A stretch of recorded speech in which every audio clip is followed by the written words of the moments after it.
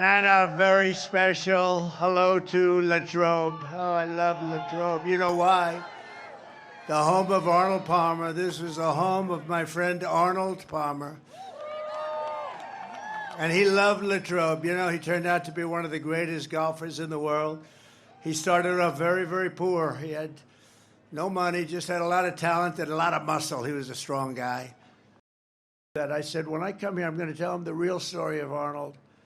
But Arnold Palmer was all man, and I say that in all due respect to women, and I love women. But this is a guy that was all man. This man was strong and tough, and I refuse to say it, but when he took showers with the other pros, they came out of there, they said, oh my God. That's unbelievable. I had to say it. Everything they've touched, even now he's telling Israel, everything he said to Israel was exactly the opposite. He's the greatest, I will say this about Biden, he's the single greatest expert on foreign policy in history. You know what that means? If you did the exact opposite of what he suggested every single time, you'd go down as the greatest foreign policy president in history. If you did the exact opposite.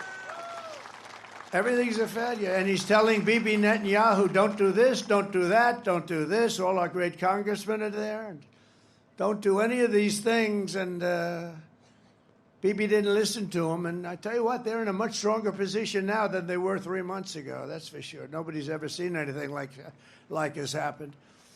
And Bibi called me today, and he said, it's incredible what's happened. I said, it's pretty incredible.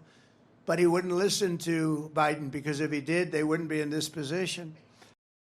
I got great credit for the economy, for the military.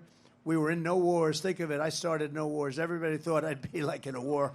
I'll be in a war in 2 days. No, it didn't work out. My personality stopped wars. Stopped wars.